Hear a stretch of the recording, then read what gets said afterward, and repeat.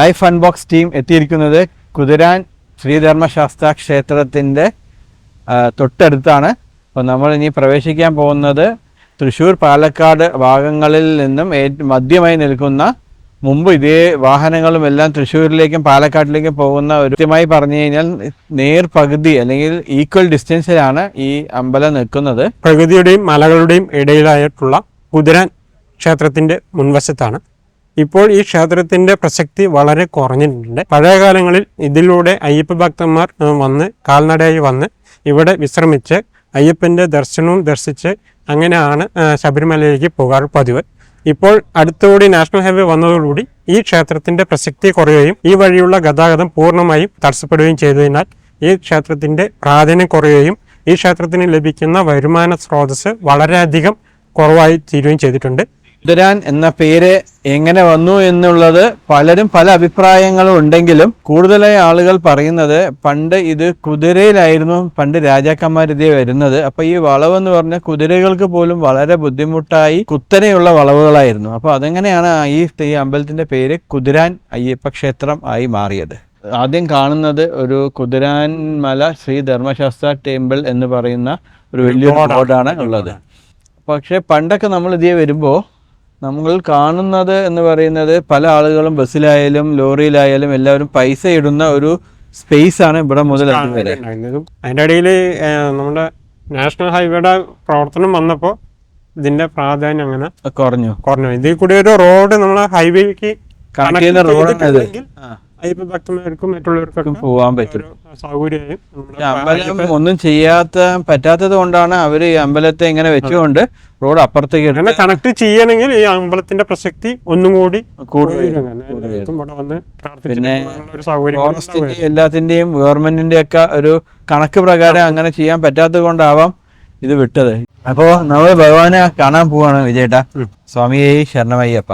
അപ്പൊ നമ്മൾ ആദ്യം മുമ്പ് കാലങ്ങളില് ഇതിന്ന് വരുന്ന സമയത്ത് മാല ഇടുന്നത് ഊരുന്നതും കുതിരാനിൽ വെച്ചിട്ടായിരുന്നു.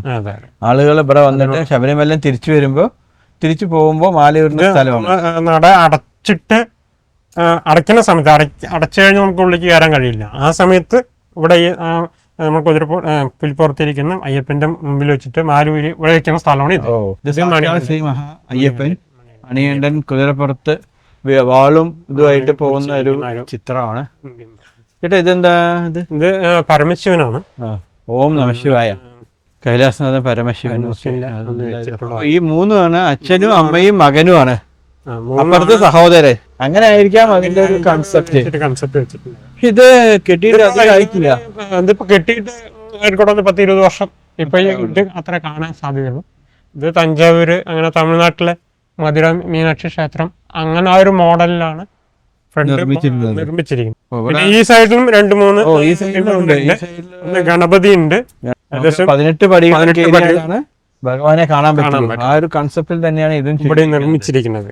ഓക്കെ, അപ്പൊ ഇതൊരു നല്ലതാണ്. അപ്പൊ ആദ്യം നമുക്ക് കാണേണ്ടത് ശിവനെയാണ്. ശിവഭഗവാനാണ് നമുക്ക് ആദ്യം കാണാൻ പറ്റുന്നത്. അപ്പൊ അതിൽ നമ്മൾ തൊഴുത് നന്നായിട്ട് അതിന്റെ കൊത്തുപണികളൊക്കെ നോക്കിക്കഴിഞ്ഞാല് വളരെ പ്രാചീനമായിട്ട് ഉള്ള ഒരു കൊത്തുപണിയാണ് ഇതിൽ ചെയ്തിരിക്കുന്നത്. അത് അയാളൊരു ബ്രഹ്മത്തിലിരിക്കുകയാണ്, ബ്രഹ്മചാരിയാണ്. അതിന്റെ നാമധേയം. അപ്പൊ അതിന് ആളുടെ ഒരു പൂജ. അപ്പൊ നമുക്കൊന്ന് പ്രാർത്ഥിക്കാം.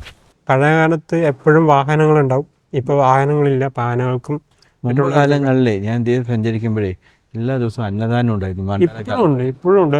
താഴെ ബോർഡ് എഴുതിയിട്ടുണ്ട്, എല്ലാ ദിവസവും 10 മണിക്ക് അന്നദാനം ഉണ്ട് പറഞ്ഞിട്ട് എഴുതിയിട്ടുണ്ട്. അല്ല, ഇത് ഗണപതി ഹോമം. അതിനുള്ള ഒരു ഇതാണ്. രാവിലെ 5 മണിക്ക് ഗണപതി ഹോമം നടക്കും. ഇവിടെ മുഴുവൻ കാടുകളാണ്. ഞാൻ 2-3 പ്രാവശ്യമാണ് അയ്യപ്പന്റെ ഇവിടേക്ക് വരുന്നത്.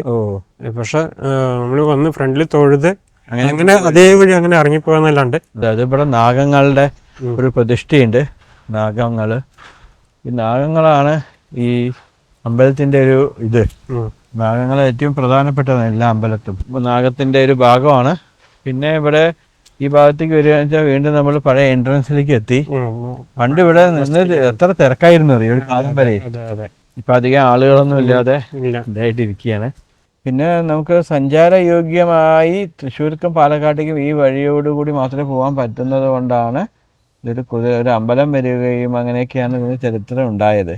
അത് മാത്രമല്ല ഒരുപാട് ഇവിടുന്ന് ആദ്യം പോണ സമയത്ത് ഒരുപാട് ടേണിങ് വളവുകൾ അങ്ങനെ ഹെയർപിൻ പോലെ ഒരുപാടുണ്ടായിരുന്നു. അപ്പം അതുകൊണ്ട് അത് നല്ലൊരു കയറ്റവും ഒക്കെ ആണ്. ചിലപ്പോൾ അങ്ങനെയാവാം കുതിരാൻ. ഞാനൊക്കെ പഠിക്കുന്ന കാലത്ത് തൃശ്ശൂരൊക്കെ പോകാൻ ഈ വഴിക്ക് പോകുമ്പോഴേ ഭയങ്കര തിരക്കായിരിക്കും, ഫുൾ ബ്ലോക്കിൽ പെട്ട് എത്രയോ ഈവൻ കല്യാണം അടക്കം മുടങ്ങിയിട്ടുണ്ടെന്ന് കേട്ടിട്ടുണ്ട് അല്ലേ? ഈ കുതിരാൻ്റെ ഈ ഒരു വളവും തിരക്കും കാരണേ. ഇപ്പൊ നല്ല സുഖമാണ്, നമുക്ക് 3/4 മണിക്കൂർ കൊണ്ട് തൃശ്ശൂർ എത്താം. പണ്ട് 1.5 മണിക്കൂർ 2 മണിക്കൂറൊക്കെ ആവുമായിരുന്നു. പക്ഷെ ഇതുപോലെ അമ്പലങ്ങളിലേക്ക് വരാനൊക്കെ ബുദ്ധിമുട്ട് തന്നെയാണ്. എനിവേ നമുക്ക് അങ്ങനെ ആഗ്രഹം ഉണ്ടെങ്കിൽ ഇതേ വന്ന് പീസ്ഫുള്ളായിട്ട് വന്ന് തൊഴുത് ഇരിക്കാനുള്ള ഒരു ഇതായി, വേറെ ബഹളങ്ങളൊന്നുമില്ല വന്നത്. ഇപ്പം 5 മണിക്ക് ശേഷം ഉള്ളിൽ ഇരുന്ന് പോകണമെന്നാണ് അവർ പറയണേ. ഇതിൻ്റെ കൺസെപ്റ്റ് എന്താണ്? ആൾക്കാർ സ്വയംഭൂവായിട്ട് വന്നതാണോ ഇത്, അതോ പാരമ്പര്യം? പാരമ്പര്യമായിട്ട് വന്നതാണ്. സദ്യ ഇപ്പോൾ അങ്ങനെ വെളിയിൽ നിന്ന് എല്ലാ ശനിയായിരം ഉണ്ടാവില്ല? എല്ലാ ശനിയായിരം ഉണ്ട്. അത് മണ്ഡലം അല്ലെങ്കിൽ ഉണ്ടാവുമോ? ഉണ്ടാവും, എല്ലാ ശനിയായിരം.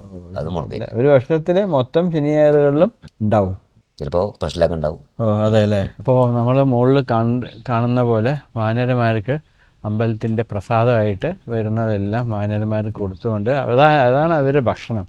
കണ്ടോ, മുകളിൽ ഒരാളെ അവിടെ മുകളിൽ നിന്നിട്ട് എല്ലാ കുരങ്ങന്മാർക്കും ഭക്ഷണം കൊടുക്കുകയും ഓരോരുത്തർക്കും കണ്ടോ, ഓരോ കുരങ്ങന്മാർ എവിടെയൊക്കെ ഉണ്ടോ അവിടെയൊക്കെ കുറച്ച് കൊടുത്ത്, അതിൽ ചില കുരങ്ങന്മാർ തമ്മിൽ തല്ലുന്നുണ്ട്. മനുഷ്യന്മാരെ പോലെ കുറേ ആളുകൾ തമ്മിൽ തല്ലുന്ന പോലെ കുരങ്ങന്മാരും തമ്മിൽ തല്ലുമെന്ന് നിങ്ങളെ കാണിച്ചു തരാനും വേണ്ടിയിട്ടാണ്. ചില പാവം കുരങ്ങനുണ്ട്, അത് ഇവിടെ നിന്ന് തിരികെയാണ്, അതിന് ഫുഡിന് കയറാൻ മടിയാണ്, കഴിക്കാൻ മടിയുള്ള കുരങ്ങനാണ്.